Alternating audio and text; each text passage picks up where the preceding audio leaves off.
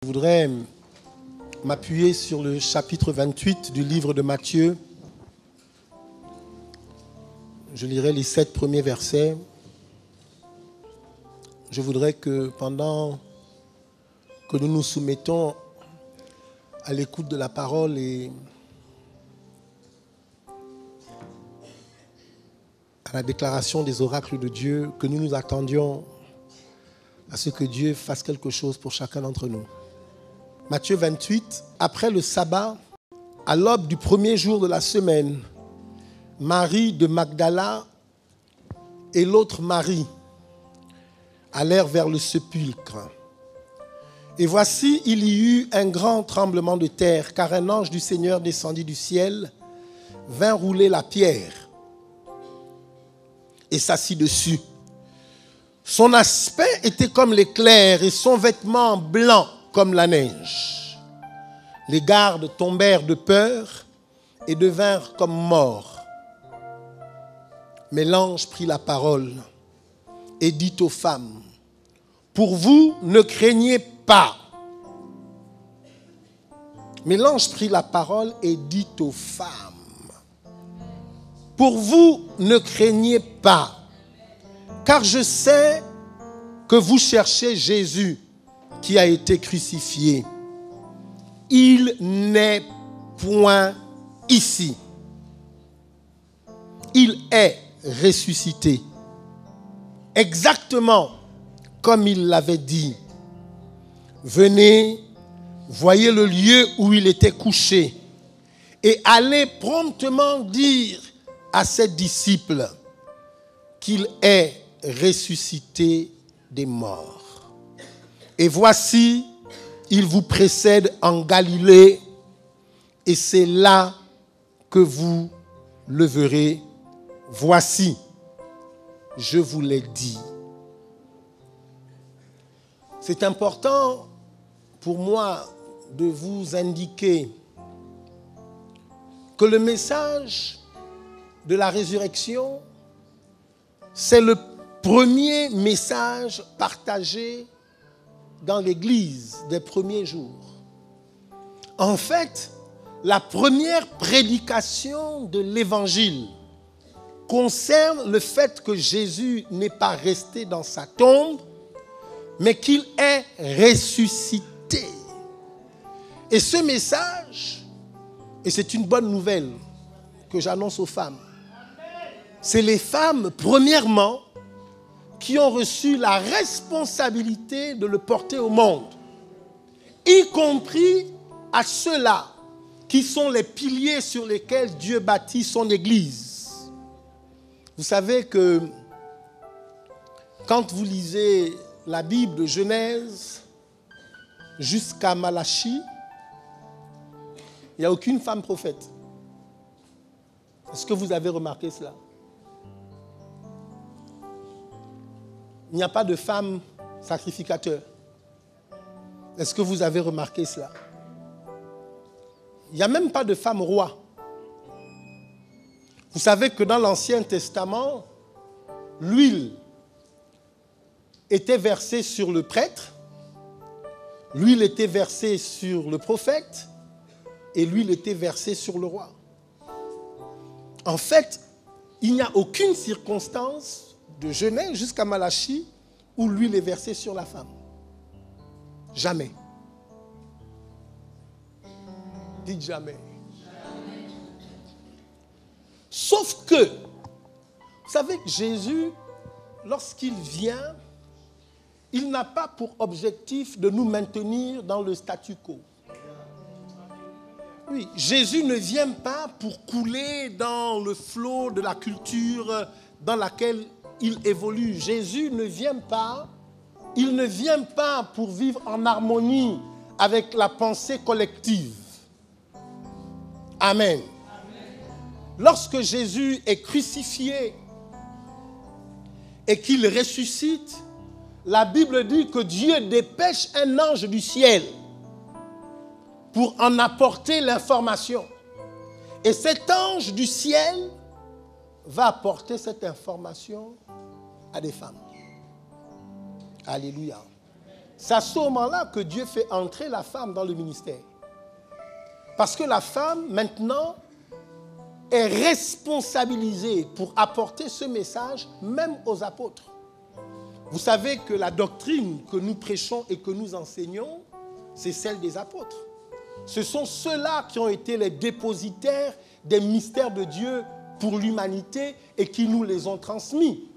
En fait, tous les textes sacrés que nous avons et sur lesquels nous fondons notre foi sont les textes que nous ont légués les apôtres. Mais les apôtres ont reçu le message de la résurrection par des femmes. Qu'est-ce qui qualifie une femme pour qu'elle prêche l'évangile? Bien, je vais élargir. Dans le contexte de ce que Dieu fait aujourd'hui, qu'est-ce qui pourrait te qualifier pour que tu prêches l'évangile? Le fait que tu aies une réelle expérience avec Dieu, que tu aies été victime d'une visitation, alléluia, que tu aies quelque chose que tu as reçu, quelque chose qui n'émane pas de toi, mais dont la responsabilité t'est donnée pour que tu la portes à ta génération. Beaucoup de gens aujourd'hui veulent se lever pour parler de la part de Dieu, sauf que Dieu ne leur a pas parlé. Comment parler de la part de quelqu'un que tu n'as jamais rencontré ou qui ne t'a jamais rien dit? Voilà des femmes qui se trouvaient là autour du sépulcre, mais qui ont fait une expérience, qui ont entendu quelque chose de fort et de véritable, avec la responsabilité de le porter. Vous savez, l'évangile produit la mort si elle ne procède pas d'une véritable rencontre avec Dieu. Si les choses que tu dis sont simplement le fruit de ta réflexion ou bien ton contact avec la lettre, si ce que tu dis ne vient pas d'une expérience profonde et vraie avec Dieu, alors ce que tu apportes produit autre chose que la vie. Et voilà pourquoi dans nos églises, elles sont remplies d'hommes et de femmes qui viennent pour chercher la liberté, qui viennent pour chercher la vérité et qui finalement vivent dans le mensonge et dans les chaînes. Le message de la résurrection.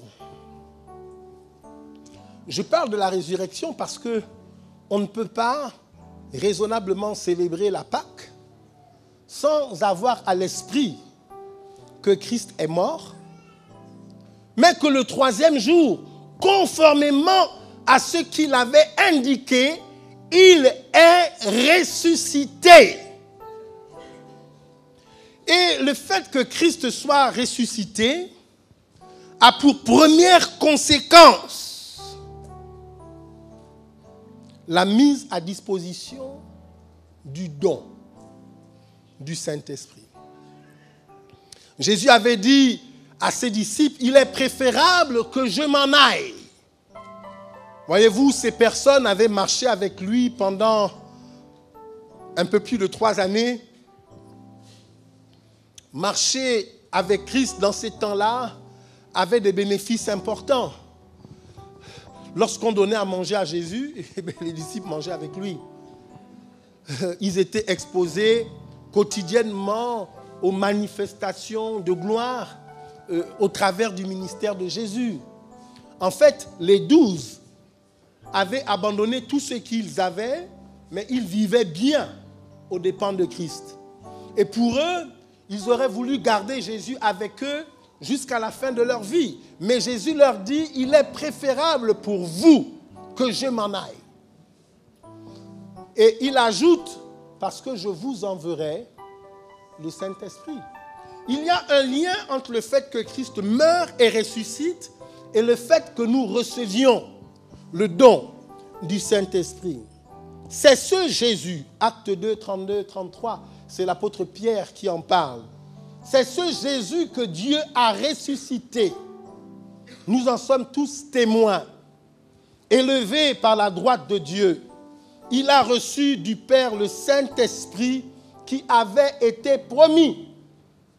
D'ailleurs, Jean le Baptiste, qui est l'homme le plus grand ayant jamais été porté dans le sein d'une femme, un homme rempli du Saint-Esprit, avant même qu'il ne soit totalement formé dans le sein de sa mère.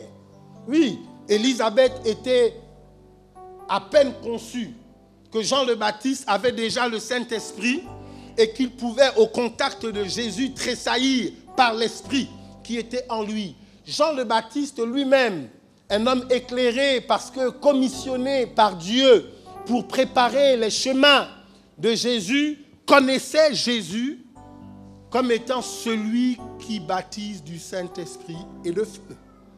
Et quand Jean le Baptiste va commencer à avoir des doutes, ces doutes vont être justifiés par le fait que oui, il voyait les aveugles voir. Il entendait que les sourds retrouvaient l'usage de leurs oreilles, que les paralytiques marchaient à nouveau, qu'il y avait même des résurrections des morts. Mais Jean le Baptiste n'avait pas entendu dire que quelqu'un ait été rempli du Saint-Esprit et de feu. Alors il a posé la question, es-tu réellement celui-là dont je suis venu préparer le chemin? Es-tu réellement celui-là que les prophètes des temps anciens ont annoncé et pour lequel je suis précurseur? En fait, ce que Jean-Baptiste indique, c'est que la chose la plus merveilleuse qu'un homme puisse expérimenter sur la terre, c'est le don du Saint-Esprit. Et effectivement, lorsque Pierre va se lever devant la foule des personnes au moment de la Pentecôte, la question va être posée, que ferons-nous donc? Il leur répondra en disant, repentez-vous et vous recevrez, non pas simplement la guérison de votre corps, et vous recevrez non pas la puissance pour prospérer, et vous recevrez non pas la puissance de vivre en communauté les uns avec les autres, mais vous recevrez le don du Saint-Esprit. Alléluia. Il a reçu du Père le Saint-Esprit qui avait été promis et il l'a répandu comme vous le voyez et l'entendez.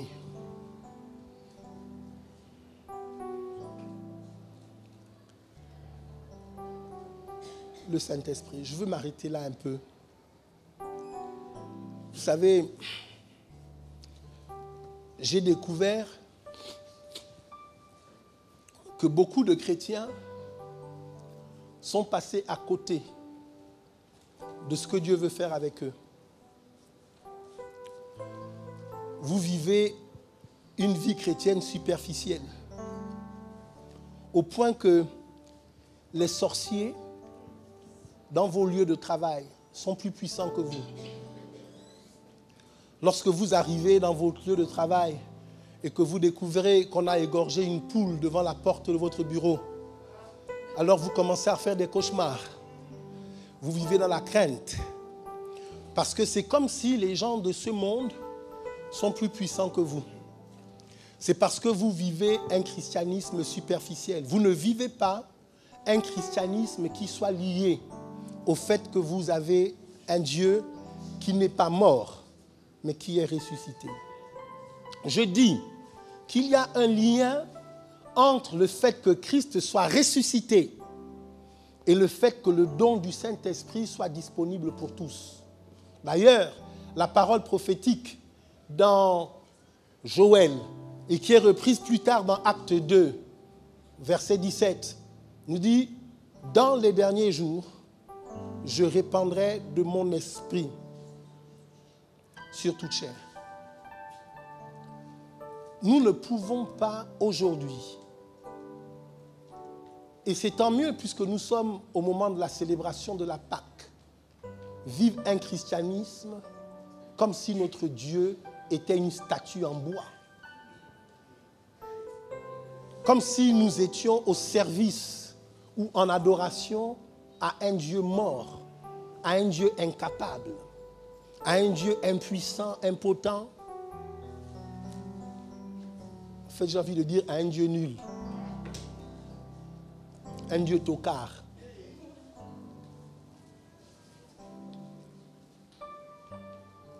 Le don du Saint-Esprit. Vous savez, en ce qui concerne le vécu de ma vie chrétienne, il y a deux choses qui me préoccupent. Premièrement, je ne veux pas être religieux. Tu peux toucher ton voisin et dis-lui ça, je ne veux pas être religieux. La pire des choses qui peut arriver à un chrétien, c'est de vivre le christianisme comme une religion et non pas comme une relation personnelle avec Dieu. Le mot religion vient du mot religere, qui parle de chaîne. La religion enchaîne, le christianisme libère.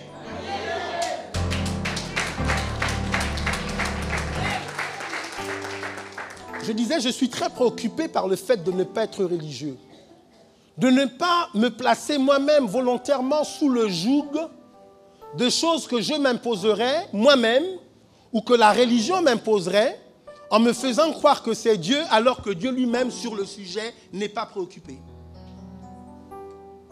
Arrivé au ciel dans quelques années, lorsque Dieu ouvrira ses bras pour me recevoir et que je lui dise, Père, voilà tout ce que j'ai fait pour toi.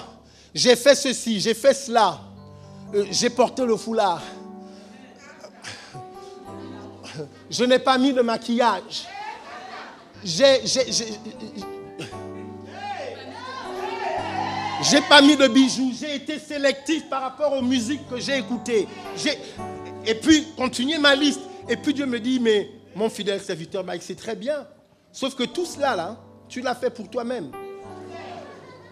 Parce que moi-même, ce n'était pas ma préoccupation.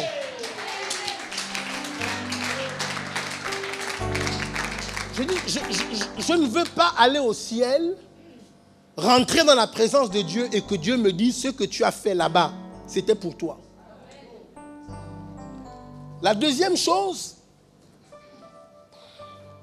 qui me préoccupe, c'est de savoir que Dieu a tout mis à ma disposition et que j'ai vécu comme un mendiant et un indigent alors que j'étais propriétaire de tout.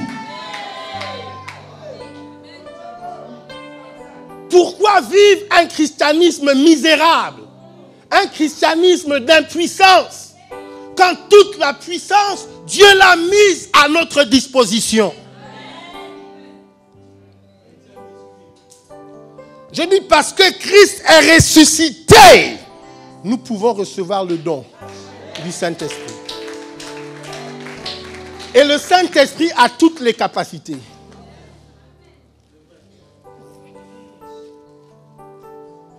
Lorsque j'ai donné ma vie au Seigneur, le Saint-Esprit était rare. Ici au Gabon. En fait, quand vous étudiez l'histoire de l'Église, il y a eu l'Église des premiers jours. Dans cette Église, il y avait une personnalité comme Paul. On dit au sujet de Paul qu'il parlait, en fait c'est Paul lui-même qui le dit, il dit, moi, je parle en langue plus que vous tous. D'ailleurs, moi je vous dis ça aussi, moi je parle en langue plus que vous tous.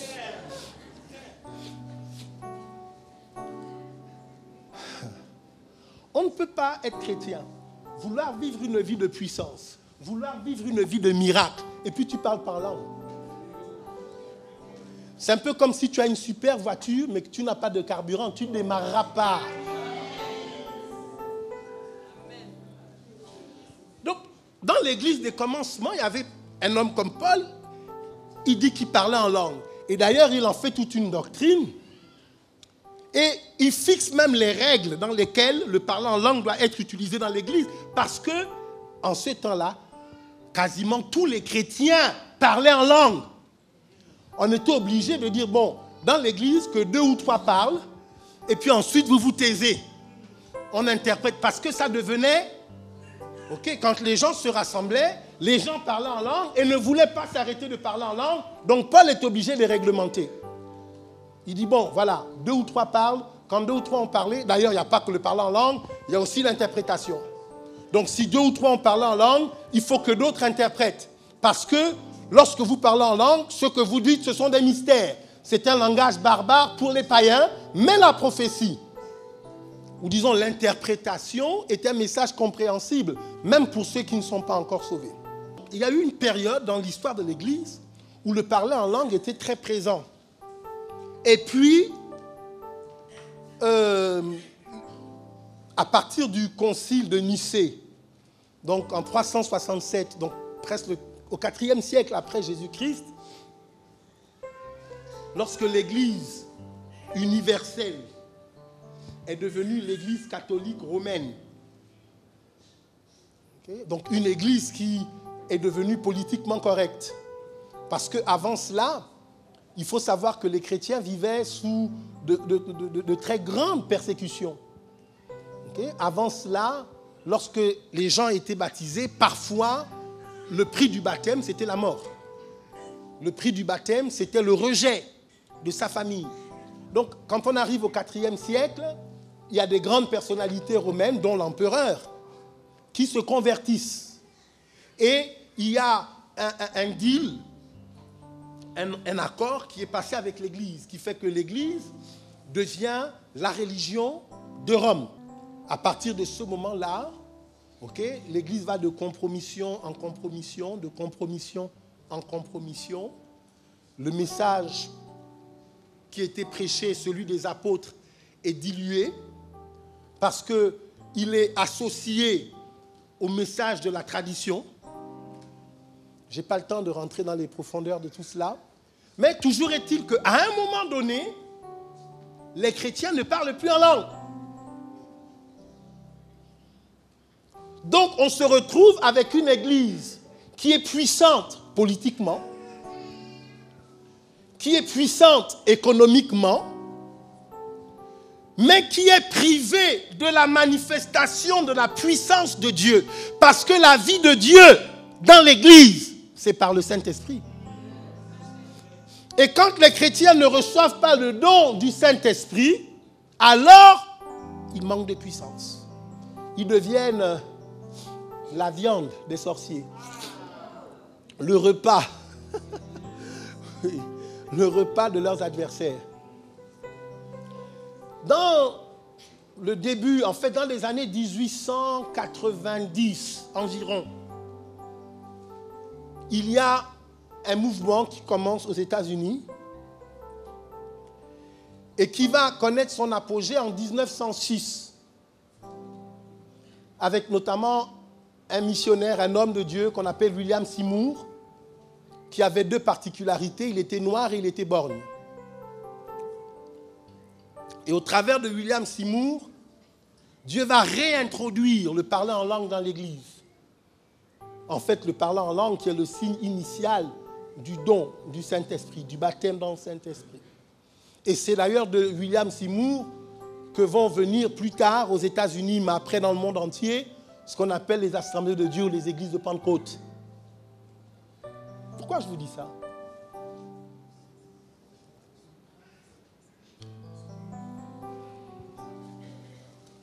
Je vous dis ça parce que la Bible dit que la gloire de l'arrière-saison sera plus grande que la gloire de l'avant-saison.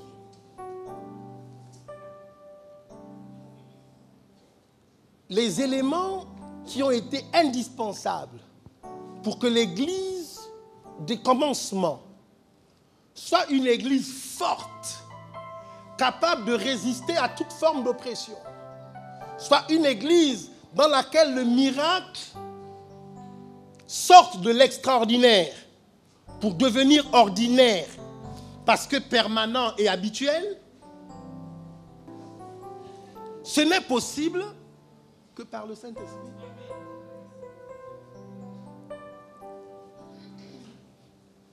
Ce que j'ai découvert en 1987, j'étais nouveau dans la foi et j'avais assisté à une réunion. Et dans cette réunion, il y avait un homme de Dieu qui venait d'assez loin, qui manifestait la puissance de Dieu. Et quand il a fini de manifester la puissance de Dieu, il nous a expliqué que si je peux faire tout ce que je fais là, c'est parce que j'ai reçu le don du Saint-Esprit. J'avais 14 ans, mais j'étais suffisamment intelligent pour que quand je vois la puissance, que je sache que ça là, c'est la puissance. Et je me souviens, j'avais honte de le dire, mais quand je suis rentré dans ma chambre, j'ai parlé à Dieu. Et je lui ai dit que si le don du Saint-Esprit là, c'est vraiment toi qui le donnes, alors il faut aussi que tu me donnes. Et à cette époque-là, il y avait très peu de gens qui étaient enseignés et qui pouvaient en parler. Et ceux qui avaient déjà reçu le don du Saint-Esprit en faisaient comme une chasse gardée. Ils voulaient être sûrs qu'ils étaient les seuls à avoir cette puissance. Je me souviens, j'avais été voir un de mes frères, un ami, en lui disant, écoute, moi je cherche, je veux que Dieu me donne le Saint-Esprit. Et puis il m'avait repris sévèrement. Tu penses que Dieu va te donner ça comme ça parce que tu es qui? Quand Dieu donne ça et tout, avant qu'il donne d'abord, il t'a d'abord évalué. Il t'a d'abord pesé. Dieu doit d'abord bien regarder et tout, qu'il te donne ça pourquoi? Tu vas faire quoi avec le Saint-Esprit? Et puis d'ailleurs, quand Dieu donne, il donne ça à ses élus. Donc il faut que Dieu vote pour toi, quoi. Si Dieu n'a pas voté pour toi, tu n'auras pas. Et quand il avait fini de me parler comme cela, je me souviens, j'étais irrité dans mon esprit. Et j'ai dit à Dieu, c'est pas compliqué. Si tu m'aimes, tu me donnes. Si tu ne m'aimes pas, tu ne me donnes pas. Mais moi aussi, en contrepartie, je ne te suivrai pas. Vous savez, à un moment donné, il y a des choses, il faut les désirer de façon extrême. C'est tout ou c'est rien. Moi, je refuse d'être un chrétien qui vit les choses de Dieu à moitié. Est-ce que vous voyez? Ou bien j'ai Dieu, ou bien je ne l'ai pas. Moi, je refuse de vivre un christianisme où je rencontre le plus grand sorcier du Gabon et puis il me fait trembler. Je dis, ah non, jamais. Jamais. Je ne peux pas trembler devant mon adversaire alors que j'ai un Dieu qui est le créateur de tout l'univers. Jamais. Alors, s'il y a quelque chose que Dieu a, qu'il est capable de donner, qui me permet de vivre victorieusement, je dois avoir cette chose. Je ne peux pas passer une heure de plus sans que cette chose soit en ma possession. Et c'est comme ça que j'avais prié. En ce temps-là, donc je disais, ceux qui étaient plus anciens que nous expliquaient que pour avoir le Saint-Esprit, il y avait des conditions. Et il y avait toute une liste de conditions qu'on nous donnait. Quand toi-même tu lisais la liste de conditions, quand tu avais fini, tu savais que donc tu n'auras pas le Saint-Esprit.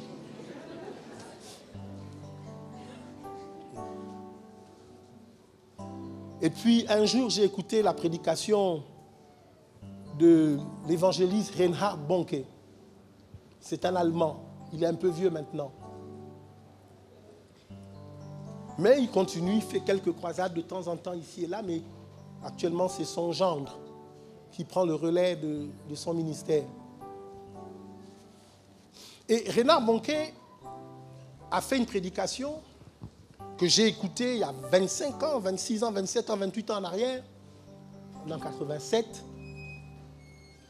Et dans cette prédication, il établissait un lien entre le don du Saint-Esprit et le fait que Jésus est ressuscité. Et il disait qu'en ce qui concerne le don du Saint-Esprit, contrairement à ce qu'on nous avait régulièrement enseigné, on n'avait même pas à demander le Saint-Esprit. Il disait, on n'avait même pas à attendre le Saint-Esprit. On devait simplement le recevoir. Parce qu'il disait, en réalité, le miracle du don du Saint-Esprit s'est déjà opéré. Jésus est mort, il est ressuscité, il s'est assis à la droite du Père et il a envoyé le Saint-Esprit. Le Saint-Esprit est parmi nous. Le don du Saint-Esprit est parmi nous. Et en réalité, nous n'avons qu'à le recevoir.